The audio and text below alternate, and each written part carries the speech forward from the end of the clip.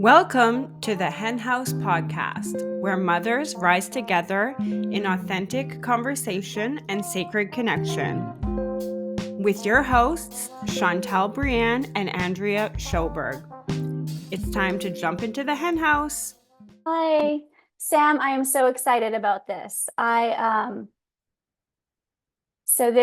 Your post, and I don't remember, it was a while ago, but it just inspired me. And I was like, oh my goodness, we have to have a conversation on the pleasure of birth. And so for everyone, this is Sam, and her sweet baby is with her.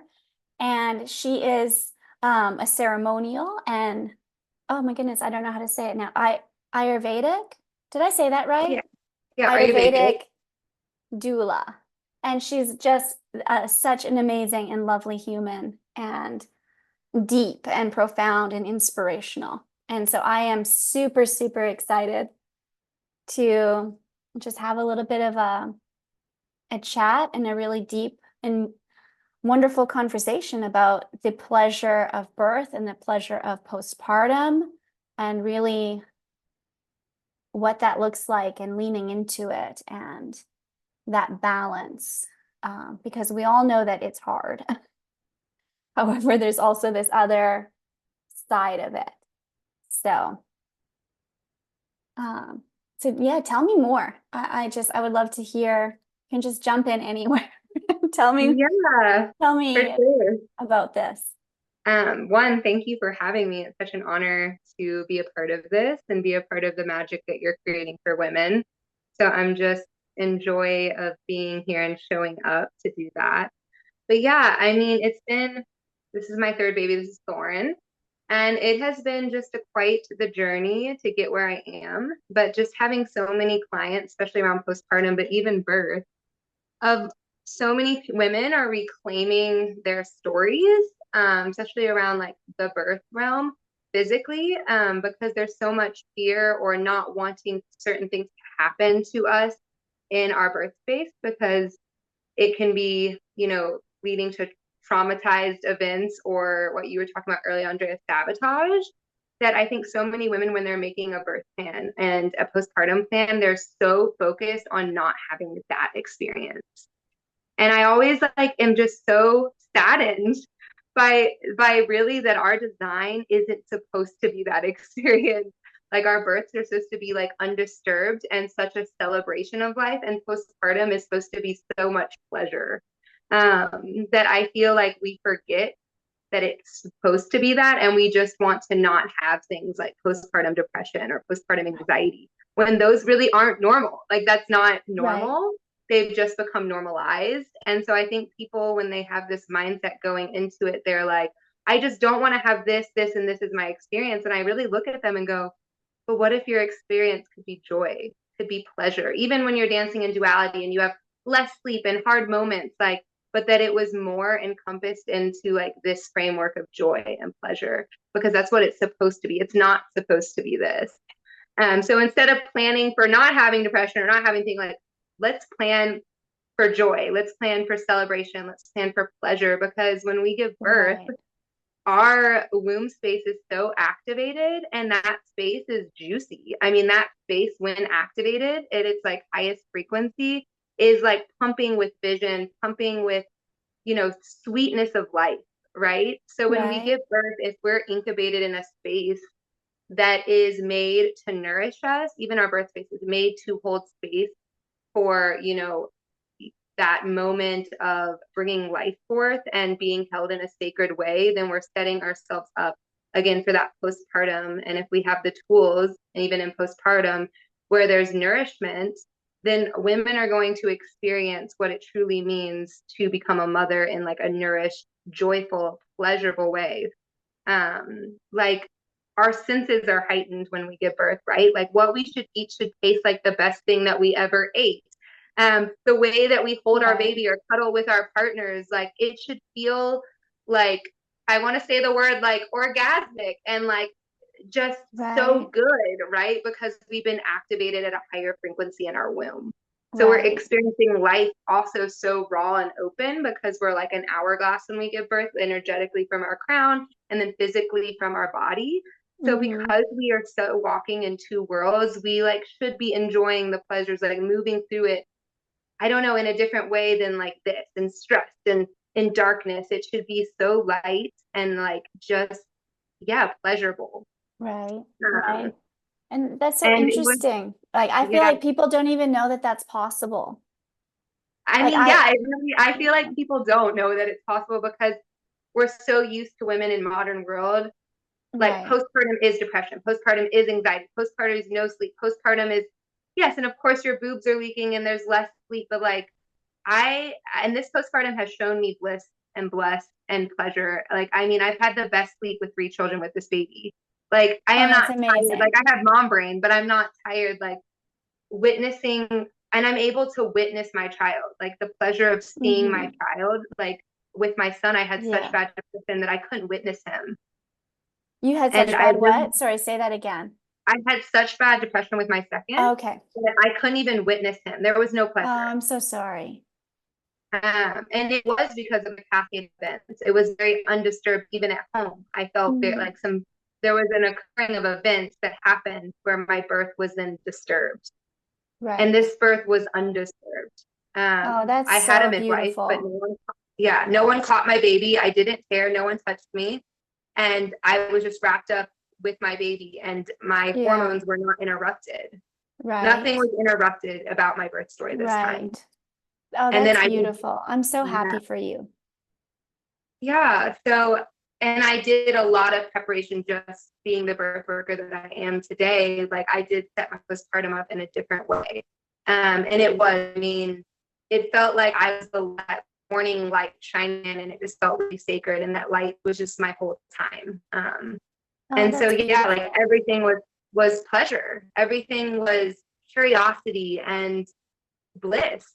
It wasn't sitting in a room and feeling like the walls were caving in on me. Right. So, yeah, I just feel like it is a conversation that doesn't happen with women. They're just trying to prepare to not have a birth that's going to traumatize them, and to be prepared to not have like anxiety and depression and postpartum. They don't even understand that there's another realm, there's another place Right. waiting for them. Right. And I feel like what you touched on is really important, because I feel like, because you had said, you still felt like, even with a midwife, you felt outside of the hospital, you felt like it was with your second birth, it just was not undisturbed. You were still messed with. It was still somewhat. And I think going into birth, I spent a lot of time choosing a midwife that I felt comfortable with. And I think in my head, I just thought, okay, we have a midwife. I'm not going to have to argue about all these things that I think are really important in preventing trauma, because I was very aware of the cascade that happens and very aware of the abuses that happen sometimes. I would argue often, but sometimes in hospitals. And I think it didn't occur to me that that you can really get messed with by midwives as well, like, who are still trying to rush the process, or still like making you sit down and get into your logical brain, which shuts everything down. And that was an interesting realization for me afterwards, of like, wow, there are so many gaps. And even midwives who have witnessed a lot of physiological birth, or at least close to very physiological birth, don't recognize that there can be pleasure in this, and don't really respect the sacredness of the human body and of this mother-baby dynamic. And I'm going, wow, like, we've so lost that as a society. And like, and that's just sad. And so it's been very eye-opening kind of with what happened for me, to go, oh my God, like there was such disrespect, and from the midwife as much as any of the OBs, like, Mm. and I'm It going, wow. sucks because a lot of us women know that there's a chance to be traumatized in the hospital, but it's almost even worse when you're traumatized in your own home or your own space. And Right. you think you shouldn't have to have that worry, but there are people out here that are overbooked, or because they're tired and overbooked, they're not practicing in a sacred way, or just their mentality is different. I mean, there's different types of midwives, just how there's different types of doulas. So yeah, it is. But when you have a home birth, you just think there's this expectation of like, this would never happen in my space. This would never happen with this type of care, because Right. they're like on the same page, right? Right. When in reality, like that's not necessarily always the case. And it's sad, because then it's even worse when women like you, who are like having midwifery care, and then you're in your own home, and then you go Well, somewhere else. I did end up transferring to the hospital because I was delivering preterm, but which anyways, I was devastated about, but Yeah, so but in like, Tennessee, my midwife couldn't attend me as a home birth. So, I did against my best hopes, I did end up in the hospital, and I was devastated. But even so, even how the midwife, she came briefly to the hospital, but it was just not a very good experience, and it was very eye-opening for me. And I also feel like, though, there is the pleasure in the birth, because when I came out of it, I said, wow, like this was relative to what I had hoped for, it was a train wreck. Though I am trying, I am working to rework in my own mind how I perceive it and how I talk about it, because it still resulted in my daughter, who's amazing in here. But coming out of it, I said, okay, I don't know that, like there was such a lack of clarity leaving, that I really left going, I don't think I'm ever going to be able to have another child again after everything. Like, I actually don't think it's going to be possible. And after everything that happened, I'm going, I don't think any midwife in her right mind would ever take me on, which means that if I have to give birth in a hospital, well, I just flat out refuse to do it. That's kind of how I came home with this in my head. And so I said, okay, like this is it. Like, I don't get a chance at a redo for this. And while I'm devastated over how it happened for me and for her and for us as a family, I am going to savor and be as present as I can, despite whatever. Like, I'm going to be as present as I can for every moment of her in these early months and years, because I'm like, I forced myself to be very mindful, even though I had a lot of emotion and stuff like that. And I said, no, this is my chance. I need to be here for every moment as best as possible. And so it's interesting, because even though there was a lot of pain, there was also a lot of pleasure, which is yeah, that beautiful, duality. like in witnessing that. And the more I've witnessed it, the more I'm going, wow, like the mother-child bond is so, so sacred. It's so sacred. And and I just feel like people have forgotten that. And even I had someone recently say, oh, well, you were stressed, but your baby wasn't stressed. And I'm kind of going, no, if I was stressed, my baby was stressed too. Like, yes, we're separate people, but kind of not in those early days. Like, and even like within the whole first year, and even maybe far, far beyond that. And I'm going, wow, there needs to be a remembrance of the sanctity and the sacredness of pregnancy and of birth, and of that whole initial postpartum period, where you have the birth of the family, and all of a sudden you have a new family unit, and you have the birth of the mother, which is this process of like bringing out your fierceness, like developing your mother bear. And like, it's just been so interesting to me to watch this and to hear people's perspectives on it. And so that was why when you posted about the pleasure and this balance, I was like, yes, this is the essence of it, when we're so raw and so wide open and so sensitive to everything around us. But it's like to be in the, like, what a gift for women to like literally be in the, like, to play such an active role in creation. Like, there's nothing more pure creative energy than, you know, bringing a baby, like bringing a soul into this world. And so it's, and I love that about your work and about what you post and talk about, is I'm going, yes, like someone gets this. And Yeah, I love that. I just feel, yeah, like even through our stories, when plans change, there can still be that like catalyst for something else. And you were like, this is an opportunity for me to still show up. You know, and like you chose that path versus like the other path because you were living in like an intuitiveness. But it goes back, like when I hear your story, I'm just like, like with Thorn, I had this huge thing after my, like, I felt like my sabotage in a way, like home birth after Flint came out.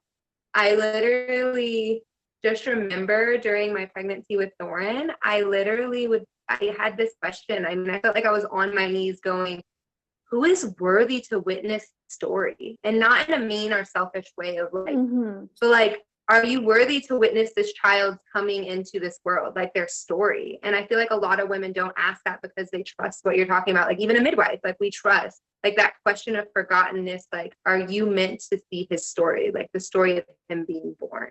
Like, are you worthy? That was like a huge question for me during like the whole time, like, who is worthy to witness this? And not that people who couldn't witness it weren't like worthy people, but like, were they able to hold the space in a sacred way where they actually understood and comprehended actually what you're saying, like that becoming a mother or that first breath a child takes, or when a father becomes a father, you know, like, are they able to truly comprehend this portal that is opening and this gift to see literally a spirit like enter their body and like be there?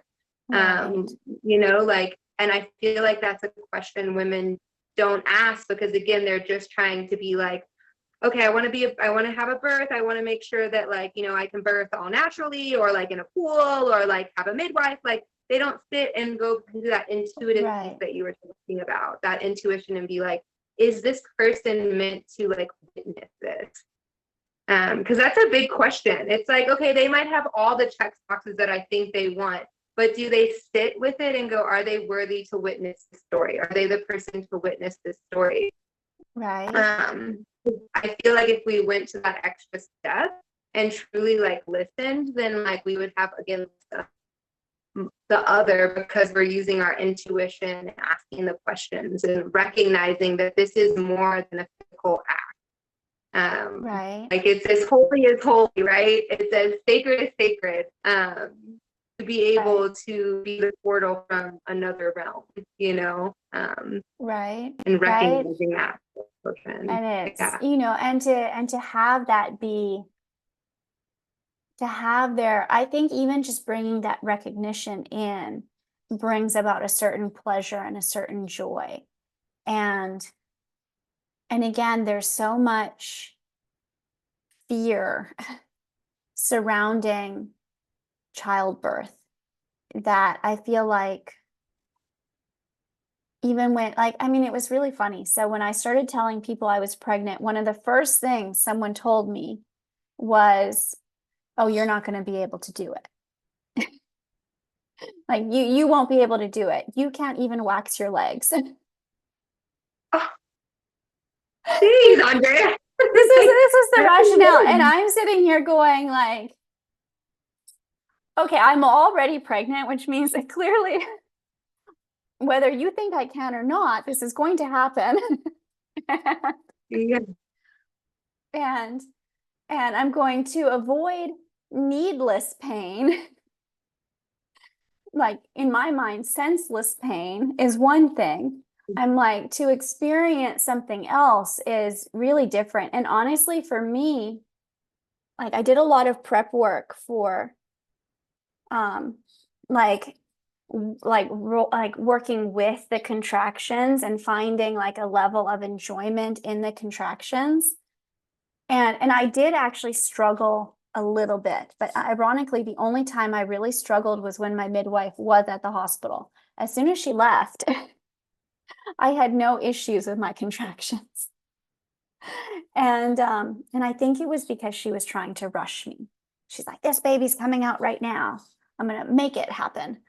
And and my little daughter now, she's far too sweet at this moment to do it, but energetically, I swear she's giving the lady the finger because she's like, I will do things in my own time. Thank you very much, crazy lady. But, Yeah. Like, you do not have the power of this. like, like I will do things in my timing. Um, and but it was very like for me, contractions were very musical. Like of almost like being at like an opera or something where you get like this like high soprano with this big crescendo.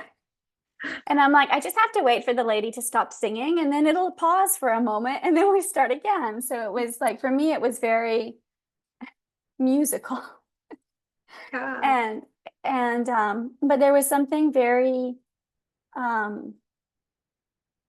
mean, not to say that it didn't take a lot of concentration, but there was something enjoyable about it. Yeah. And like the actual like in tuneness with my body, like when I was allowed to be in tune with my body and there weren't people doing whatever they were trying to do. But so it's very interesting because I'm going, that was the one good thing because I came out saying, you know what, like this whole fear of the pain is a little bit like I didn't feel like it was as painful as I had been told it would be. Yeah. Like, or there could be elements of pleasure in doing something so challenging, of like accomplishment. Yeah, but I feel like that's life. Like, when you like climb a mountain and it's your like the meal that you have after that tastes the best, but it tastes better. I feel like birth is that first meal after birth, like it is something. Or when we are in a place where we don't, like you had your midwife and you noticed that you had more tension and things were different. And then when she left, you were more in that flow of just like, when we become the mother, and a mother, like what is mother? She's surrendering, she's slow, she's, the essence of a mother isn't like the patriarch. It's not push, push, push, go. It's just following the flow, right? Right. And even in birth, when we follow the flow, there can be that pleasure because we're not pushing ourselves. We're just like going with the flow. And a lot of women, probably what you're saying, don't get to that joy because it's so interrupted. It's so interrupted. So if you're constantly interrupted, how can the hormones do the right thing or create the space where it can be joy? Even if it's hard, it can still have joy, right? Right. And that's so beautiful. And in postpartum too, like I feel like, and that's something else that you do, is there's a lot of talk of like nourishing. Like I noticed that when you, like as you post online and as you talk about different things, like there's so much about nourishment, but always with the balance of the beauty and the taste and the sensuality of life. It's like this wonderful nourishment in the most beautiful way, like where it's the whole, like it's very much the whole experience. And I love that. Yeah, I mean, I feel like postpartum is such a forgotten spot in this culture in the US. And it really is to me when a mom is incubated, it's like we can be gifted our highest selves and visions. And like when I think of a goddess, I think the first image when I see a goddess is like a beautiful mother dripping of milk and like just radiating with life force. And I mean, I feel like just knowing that she's the deliverer of our children, like that she should be like regarded as so, you know, like should be Yeah. held in that everything she eats should just be like radiating with life force. Every touch that she's receiving should just be so full of prayer and like nourishment. It just, Right. everything around her should be fueling her with the life that she just gave, like returning it to her. It's like that return part. We give energy, it has to be returned, you know, and Right. that it's not just her. It's like what you said earlier, like the way that she's nourished, our children are nourished. And yeah, it just blows my mind that most people in this country like just don't even think of that. It's just like either about the baby and holding the baby, or like, yes, it's so Right. helpful when people come do the laundry or the clothes, but there's never this opportunity for like going deeper, or like forgottenness of ceremony. Like this culture has none of that, you know? Right. So yeah, Right. it is just And so it's important, I feel like, that and every it's part such of a it is beautiful fueled. thing to bring back as people become more aware, like to bring back some of that. And even like I feel like the intuitive piece, especially in those early days, and probably if things go really well and you go through the whole pregnancy and birth really confident and very tapped into your intuition and all of that. And I felt like for me, and I'm a very intuitive person and I'm pretty confident about my intuition. However, I felt so much more vulnerable in pregnancy. Like I was very open to suggestion, more so than usual, kind of like being in a meditative state all the time.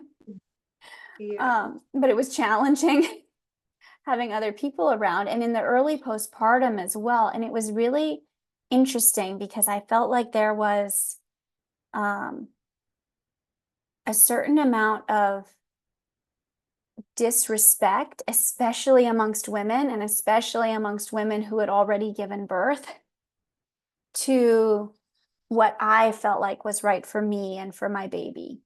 Like it was like I got it out of both sides. Like they're like, oh, mother's intuition, mothers know best. And but then I found out it's like, oh no, you don't actually think that I know best because somehow I'm too novice to be considered a mother yet, or something like it was weird dynamics. And I've just sat there going like, wow, like what an observation and what a forgotten piece. And as women who have given birth, I'm going, we really need to rise to the occasion to do so much better for those who are going through that initial initiation into motherhood, and to really bring back true support and encouragement, and to have them going into motherhood really trusting their intuition and believing in themselves and really seeing themselves as that goddess, like to tap into that goddess energy. And so it's just been really, it's just been so interesting for me to observe this and go, wow, like there is a lot of change surrounding this topic that needs to happen. So Yeah. you know,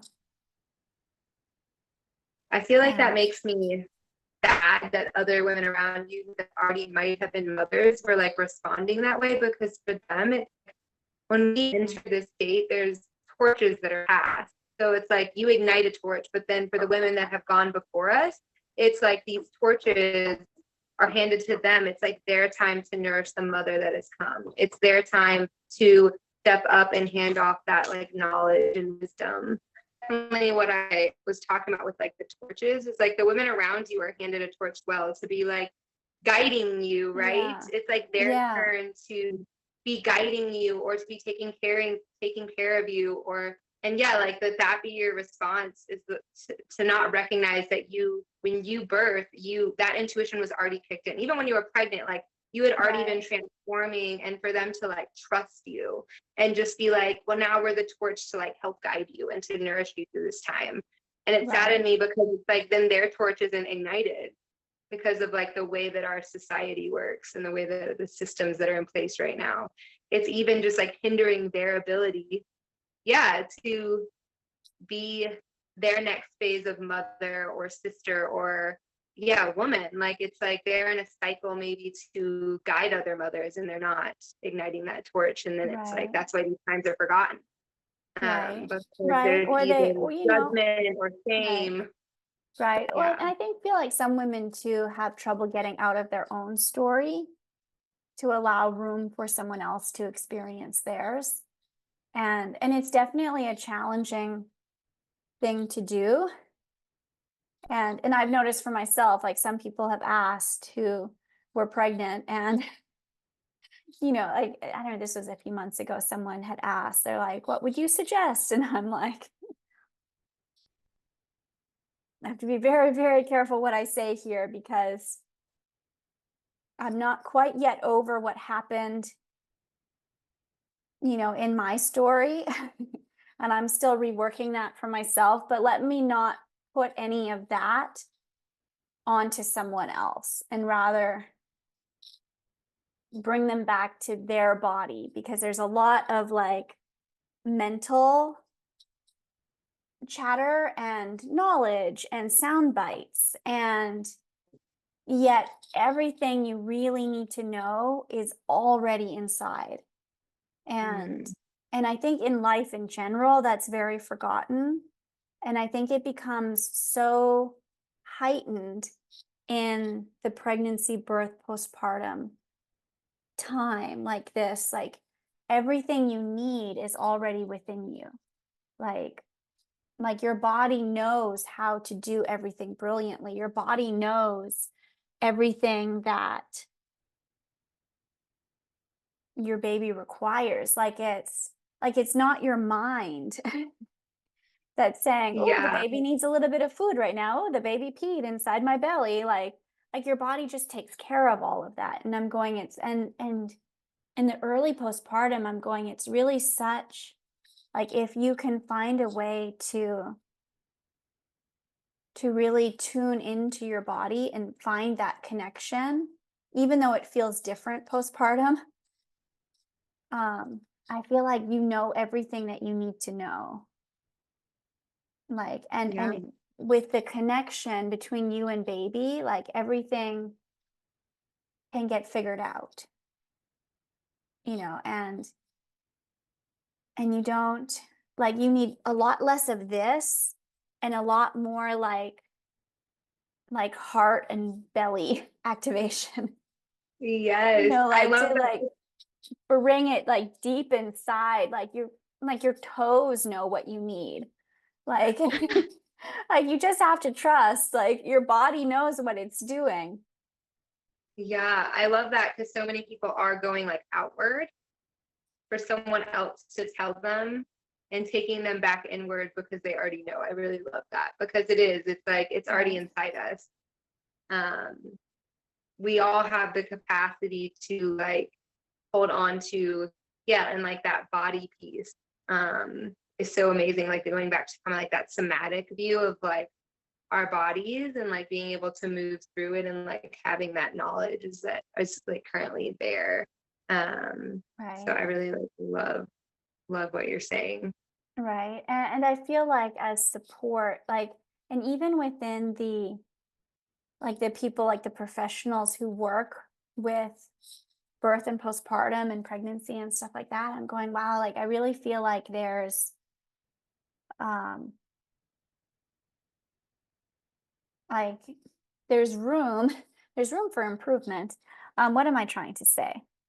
Like to bring back even a taste of the sacredness and a taste of that mother's intuition, and to remind mothers in their vulnerable moments, like that they've got this, that they are doing great, that they know what's best, that if they're uncertain, they really need only to tap back into themselves and reconnect with them and with their baby, and maybe pause or slow down or something.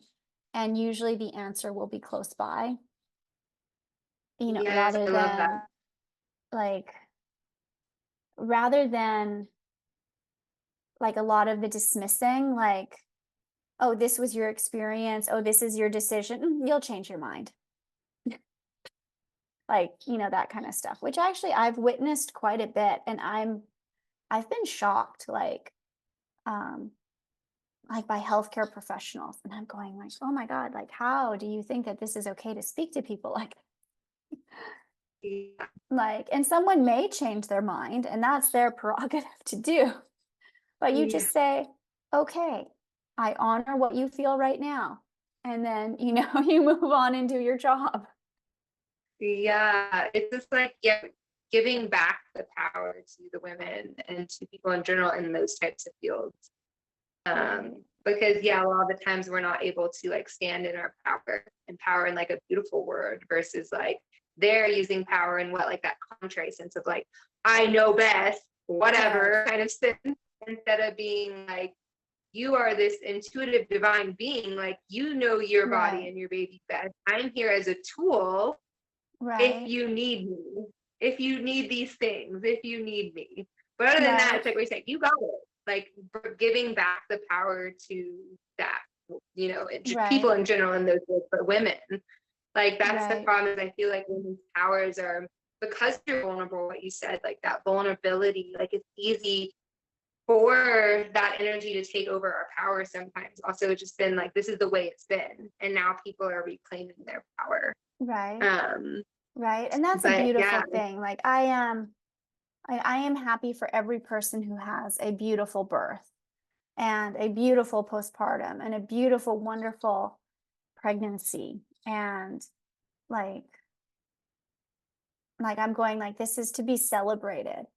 And, and I think people need to be careful too, to not be jealous if someone else's went really well and yours didn't. And I will admit I've had to check myself for a couple people where I'm like, how did they get this perfect birth and I didn't? Like I don't understand.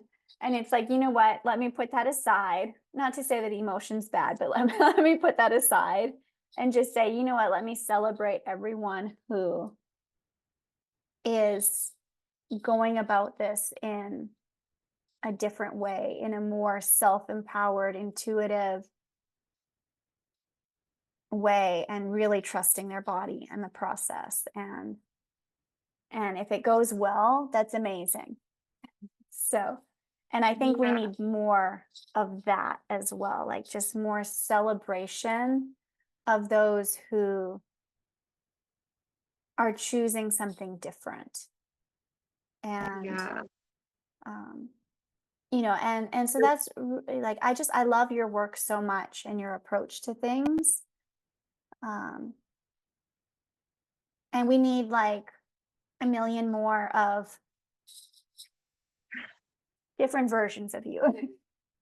Oh, Yeah. I love that you say that. I feel like that feeling of sister wound that can be pretty present in modern world when we have like Instagram or social media and like seeing the other people's experiencing, and to go back to like being humble and being like, even though I'm still processing and grieving and working through my experience, like I can still show up and be happy and in celebration for others. But I like also want to note, like, everyone has like the duality in their mix too. I just remember like there were times in my pregnancy that I was like at the end rocking on the floor, not even in labor, just like energetically feeling like I was in transition. Like, I can't do this. This is so energetically like hard and difficult, or all of these things, and like working through the losses I had before to even be with my rainbow baby, like I feel like there's still that life and the duality and like the lessons that are hard, or that remembering that when we expand in our frequency and we're working on our inner self and our frequency is getting higher, that we have to leave behind all the things that don't work for us to be fully vibrating at that frequency. That I think sometimes it's like it's hard because we're like, oh, we got to shed this and we got to shed that and we got to shed this. It's like all of the, really like the shit's coming out, and it's like hard and like difficult. And that's a part of it too, to get to the other side, right? Because you can't be the person you were. Well, and that transformation is such a piece. Like this is like, you can't start this journey and expect to be the same on the other side. Yes. Like, and as you transform, it's there's a cascade of transformation that happens too, because everything else in your life has to also change. And the frequency that you're matching your world with changes, and all of your relationships change and get renegotiated, and some things have to be left behind because there's simply not alignment or space for them in who you're becoming and who you are. And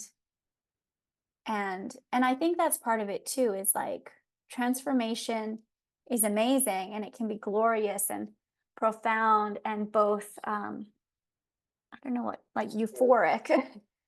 And it can also Yes. be, it can also bring up all of your doubt and all of your shame and all of these questions, and it can be intensely uncomfortable as well. Like it's not um like it's not easy, and I think to have an allowance for emotion, and um like room to kind of, as your field kind of like expands the biggest you've ever been, and then contracts a little bit, and then expands again and contracts a little bit, as you're just like, to flow with that can be, I think, really uncomfortable, especially if you've not felt it before. And Yeah. and and transformation just leaves no stone unturned. Yes. Like everything I love must rise with you. Yes. I love that you say that too, because it's like, I feel like what you were talking about in the birth experience, there's this, let's get this done. Let's get it as fast as we done. And then when we're in postpartum in this culture, it's so like 6 weeks and you're good. See you later. When really postpartum, like all of being a mother is slow integration. It's that ebb and Right. that flow. There's no fastness to being a mother. Like Right. the Well, and mother. postpartum never ends. Like, Yeah, like it's not fast. It's not like you're mhm. still integrating it like 2 years, like there's not this, what the society says, 6 weeks, you're back at it, everything's normal, go on. Like really, it's just like this slow integration of what you're talking about. Like, and that's the problem that we're seeing, is that we're working on like that patriarchic side of like the system of being, let's get this over with. When you're in labor, like, let's get this done as fast as possible. Let's get this done as fast as possible. Oh, you're 6 weeks, like, let's get back at it. That's not mother. Like, Right. mothers should be working in that feminine essence of slowness and surrendering and cycles and season. And yeah, it's robbed of us. It really is. And that joy of that is robbed to us, because there's joy in slowing down. There's joy in integration. There's joy in not Right. having something super fast and like letting it right to its like purest form, right? So then we can like eat Mhm. from it. There's just not that slowness of integration in this modern world or this culture. So then how could there be joy if we're rushing the process? Like there's Right. that question, how can we truly enjoy it or add pleasure or joy to this experience if we're trying to rush our mothers through it? It goes Right. back to rushing them Well, instead of letting them. yeah, and like that's a really, I really love that, because honestly, it's like if you think of joy, or I'm thinking of pleasure, like if your mind has already moved on to the next 10 tasks on your to-do list, like you're not really present in the moment. And how can you enjoy something if you're not even present for it? Like, or if you're feeling rushed, like it's, and I think like it just seems, and granted, kids want to be in that slow part too, of like, let me enjoy, let me look at this. And sometimes schedules have to be kept too, and I've like working with families for so long as a chiropractor. It's actually, it'll be 10 years in like 3 months, which is crazy. Um, but like there's so much like rush, like hurry up, put your shoes on, hurry up, let's go, hurry up, we have to get here, hurry up, hurry up. And I'm going, like, that can't be that much fun for them either. Like, we all just need to learn how to slow down and go, like, let's look at this flower and really, really look at it. And I've had moments like that since having my daughter. Like, And like I was eating raspberries and she's staring at the raspberry and like wants to touch and well, I mean she wants to eat it too, but but but like she found it so fascinating. And so I was like, oh, okay, like let me slow down and just let her like visually explore this raspberry because she's fascinated by each little like bump on it and each tiny little whatever little stemmy thing that comes out from all over, like the almost fuzzies that come off of the raspberry, right? And it was just so eye-opening, and I'm going, oh my goodness, she's never seen this before. Like, and she's learning and enjoying and like having this moment with this raspberry. Yeah, I mean, we choose to be in these 3D vessels to experience, like that's why we're here, is to really experience. And children can be such a doorway when us adults forget or never had the opportunity.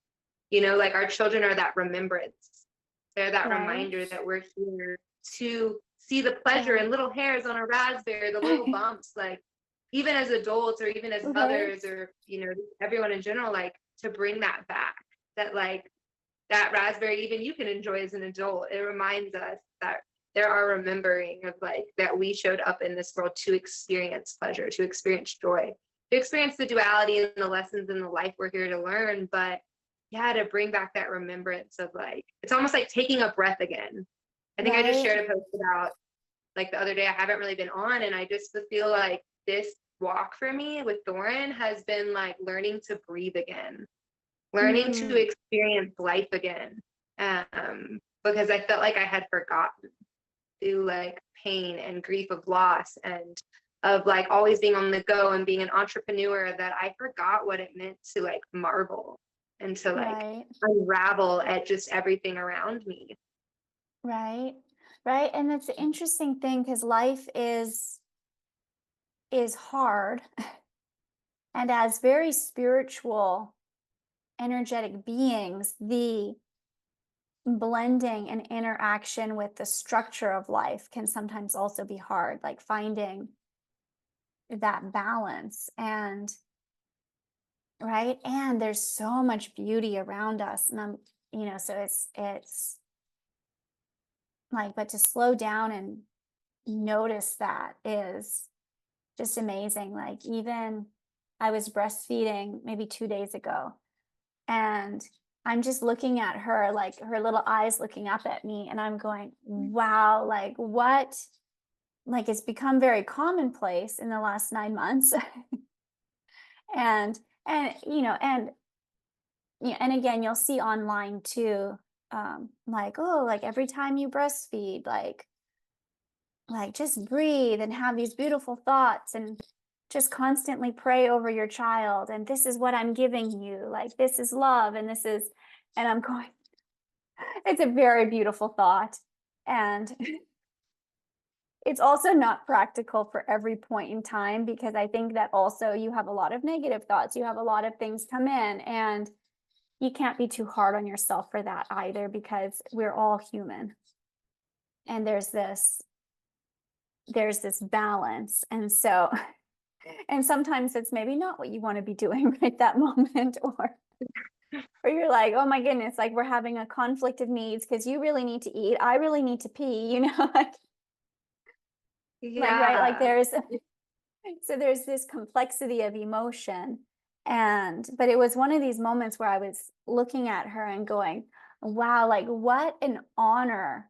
Like I am so in awe of the human body, because there's mothers around this world doing this exact thing right now and nourishing their babies in the best way. And like how in awe of my body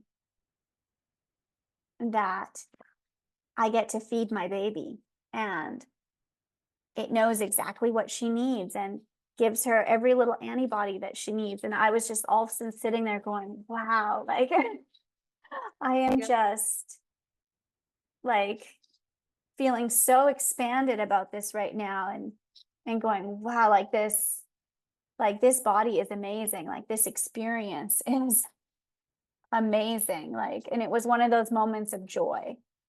And I'm going, wow, how lucky am I that I get to do this? Like, what a precious experience. And, so, and then Simeon came in the room and I was like, oh my goodness, I'm so happy I can do this. Like, come look at her little face. Like, is this not just the best thing in the world? and so it's really interesting because I feel like there needs to be room for the whole spectrum of emotions. And sometimes I think to honor that we also don't have it in us to have that moment of joy. And sometimes the best we can do is to show up in whatever state we're in. And that sometimes needs to be honored too, because you don't get the euphoria all the everything. time, Yeah. I love that you say that. I feel like the conversation keeps going back to like the body, and it is like the body becomes our awareness, like of this vessel that we experience all of these emotions. And like even when we experience grief, it's like we have the option to feel it or the option to like suppress it, and then like our body responds to how we move through grief or pain or anger. Like I call them sacred grief, sacred anger, and how we respond to it. I've had as of lately, like when I feel these other emotions, which I call like sacred anger or sacred grief, I've moved my body. I use my body to like move through these emotions. But I've had in my life, even through my birth experiences with Flint, I had a 3rd-degree internal tear and had to get toasted in my leg at home, had to be like arm deep scrapes, like just mangled. And I was at a birth that I saw something happen very similar, and I just started to bleed. And I had my menstrual like 2 weeks before. My body like held. I never moved through my energy. I never felt my pain. I hid it. And so I love that we're bringing back that like these emotions, that like full spectrum of awareness within our bodies. That yes, there's joy and pleasure, but there's also grief. There's loss. There's anger. There's sadness, and to like show up for those as well, and just like feel them. And be like, I am aware that I am feeling this right now. How can I hold space for it? Whether that's movement, maybe that's journaling. Like, I feel like a lot of the times we just hide it in our body or suppress it instead of showing up for that range. Well, and then we wonder why we're in pain. Right? Like, and I've gotten asked that a lot. They're like, well, how do it's like, I think of emotions kind of like, because sometimes we don't have a chance. Sometimes it's so big, we simply can't deal with it all right then and there. And so it's kind of like opening a drawer and sticking something in it and then closing it.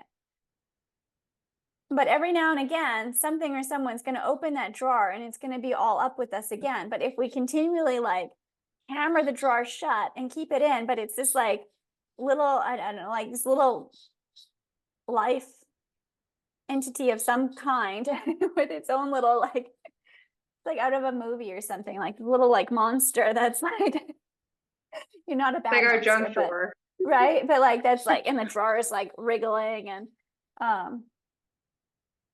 but if we like keep that drawer shut, eventually all of a sudden we're going to be like, oh wow, like why does this part of me hurt, or why does that part of me hurt? And I'm going, when you have no way to express an emotion or move through it or work through it in the body, it shows up as often, I believe, as a physical pain or ailment or dis-ease or disease or whatever. And then you're forced to deal with it in the body.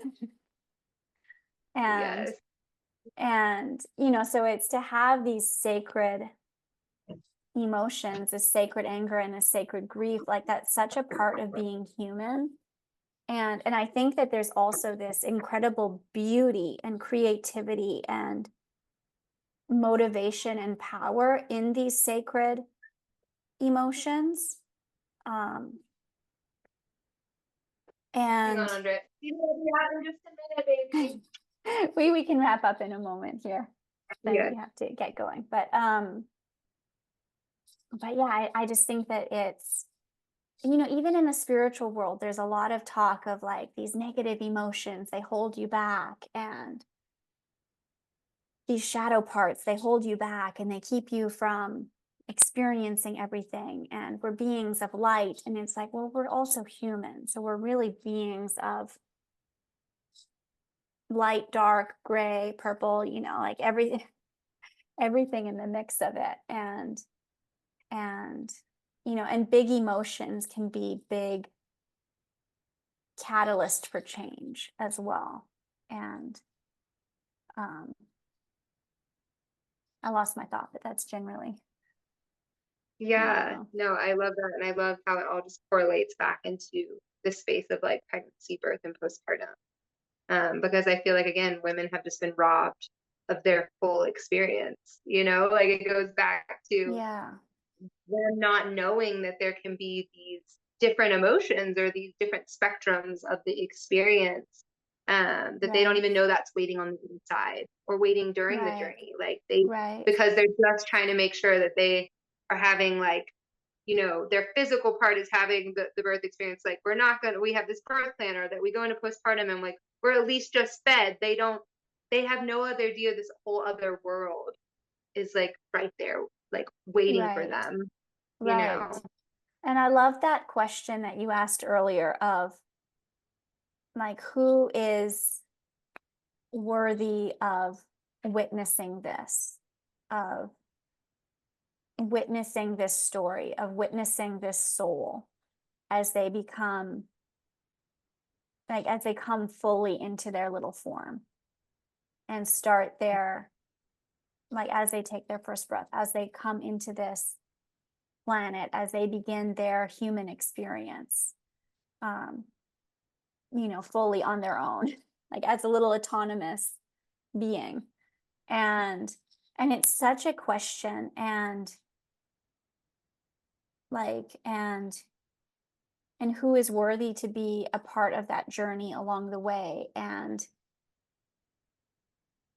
like, aside from not wanting trauma, what would joy look like? Like, even just to ask that question, what would joy look like?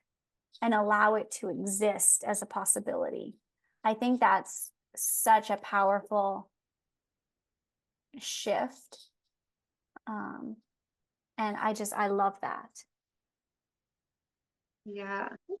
I feel like, the more that women can ask these questions, it's just like they're allowing their spaces and these journeys just to be held in like the highest way that it can be held, and like in a sacred, bringing that sacredness like back to it, bringing joy back to all the emotions, bringing that intuition, because when we ask those questions, we're sitting with it. We're literally being intuitive and following like what our answers become, like it's not just we're reading something on somebody's website and saying, oh, they meet all this criteria. It's going that extra step and being like, how, like, let me sit with this. Like, is this the person? Is this who's supposed to hold this space for me? Is this, you'll be able to witness my child's story? Like, when we go that extra step, I feel like then we're going back to intuition, like, yes, we found all these like things that we love. Like, let me go a step further with my intuition and just like reclaiming that and bringing it back into the spaces. So